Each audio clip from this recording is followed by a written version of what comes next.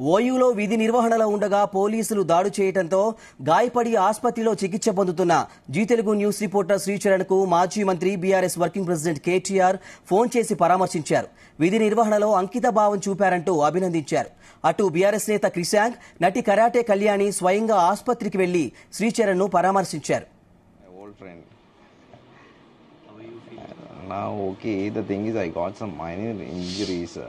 That guy thrown me in the, patrolling jeep. So I have a bit pains right now. I'm suffering. So doctor asked me to get the CT scan, X-ray, something. Now they're doing the report to do. Someone wanted to talk to you. Yeah.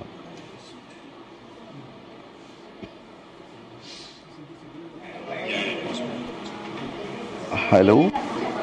Hello, Sricharan. Yeah, hi Anna. ఎట్లా ఉన్నావా? Yeah ఇప్పుడు బానే ఉన్నానన్న. ఏమైనా fractures ఏమైనా ఉన్నాయా లేక ఎట్లా దెబ్బలా internal వుడ్సా? అంటే ఇప్పుడు డాక్టర్స్ ఇప్పుడు ఎక్స్రేస్ అవి తీస్తారంట, స్కానింగ్ అవన్నీ అయ్యాక రిపోర్ట్స్ వస్తాయి. అదే మనం చూసిన వీడియో చూసిన very very sorry, unfortunate, truly unfortunate. I also condemned it. అందరం కూడా మా పార్టీ నుంచి కూడా ఖండించాము. కాకపోతే అదే వద్దాం అనుకున్నాను, నేనేమో దూరంలో ఉన్నాను తమ్ముడు. We are all with you. Last 10 years, గత 10 సంవత్సరాలు ఎలాంటి జరగలేదు. ఇట్లాంటి జరగడం అనేది నిజంగా కూడా మంచిది కాదు. Only thing is I just wanted to express solidarity. Thank you. We are all with you Charan. Thanks for your concern అన్న. Thank you so much. కొద్దిగా మీరు వచ్చిన తర్వాత డిశ్చార్జ్ అయిన తర్వాత నేను కలుస్తాం. లేదంటే ఒకవేళ after the reports come, let me know. Krishank ఉంటాడు. After the reports come, let me know if there's anything I need to do. చెప్పండి. హాస్పిటలైజేషన్ కానీ ఇంకా బెటర్ ట్రీట్మెంట్ కానీ ఎనీథింగ్ ఇస్ నీడెడ్. షూర్ అన్న. Thank you, Charan. Take care. Thank you, Anna. Thanks for your concern. Thank you. EP, Law and Order, you kept in X. I only interviewed that. Another day, TGPSC. So how are you doing after a long time? I'm so happy. I met my old friend. How are you feeling? Now, okay, the thing is, I got some minor injuries. That guy thrown me in the, patrolling jeep. So I have a bit pains right now. I'm suffering. So doctor asked me to get the CT scan, X-ray, something. Now they're doing the report to do. Someone wanted to talk to you. Yeah.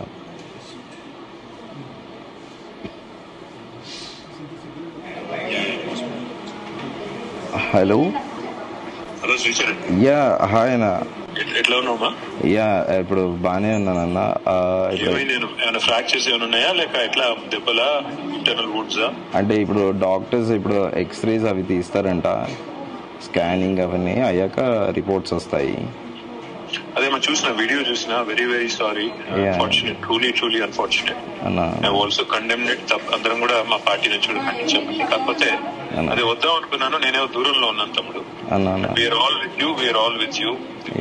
Last 10 years, గత 10 సంవత్సరాలు ఎలాంటి జరగలేదు. ఇట్లాంటి జరగడం అనేది నిజంగా కూడా మంచిది కాదు. Only thing is I just wanted to express solidarity. Thank you. We are all with you Charan.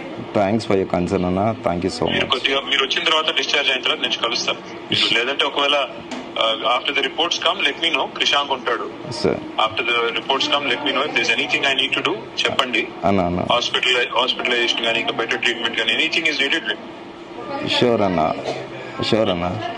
Thank you, Charan. Take care. Thank you, Anna. Thanks for your concern. Thank you.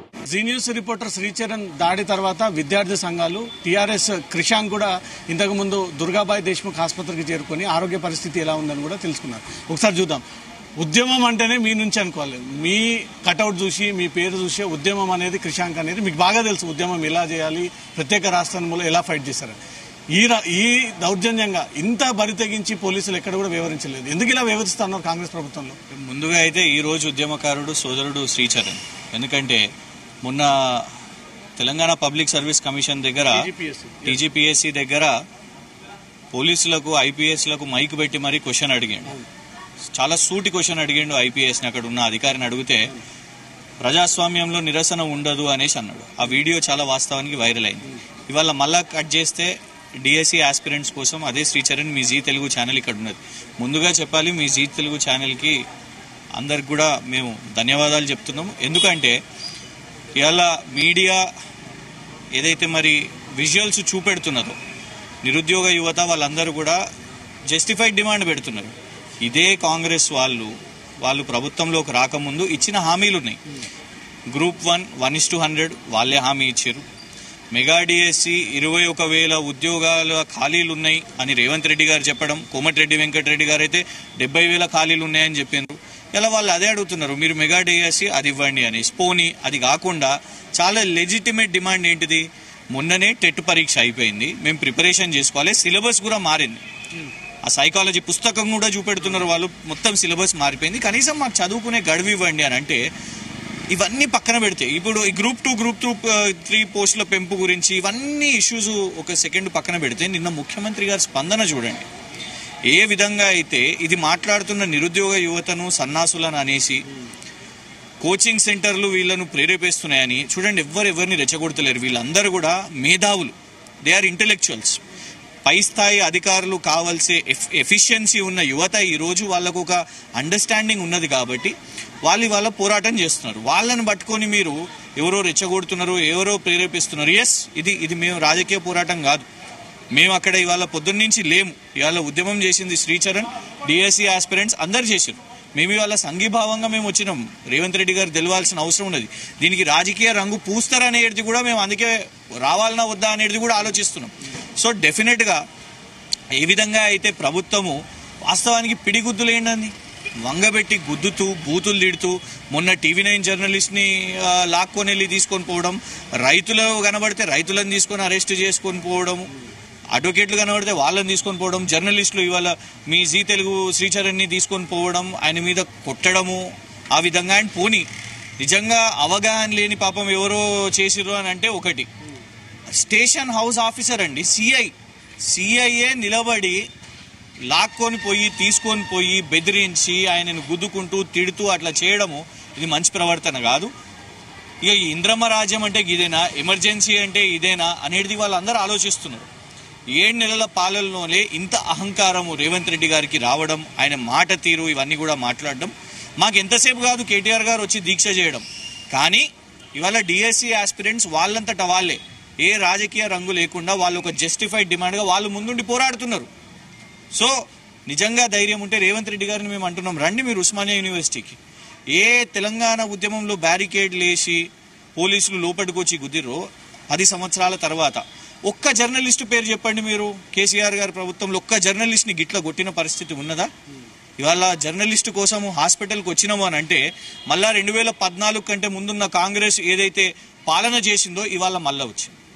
Telangana రాష్ట్రంలో ఇట్లాంటి పరిస్థితి చూస్తామా?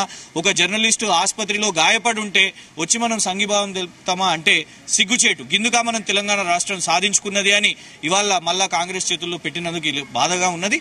ఏదేమైనా కూడా ఇవాళ మీడియా వాళ్ళందరూ కూడా మళ్ళా నల్ల బ్యాడ్జ్లతోని కూర్చొని నిరసన తెలిపినరు. శ్రీచరణ్ కోసమైనా లేకుంటే TV9 విద్యాసాగర్ కోసమైనా ఇతర జర్నలిస్టుల కోసమైనా అని అంటే ఇవాళ నిజంగా ఆ మీడియా స్ఫూర్తి, ఆ తెలంగాణ ఉద్యమ స్ఫూర్తి మళ్ళొకసారి ఇవాళ కనబడుతున్నది. సో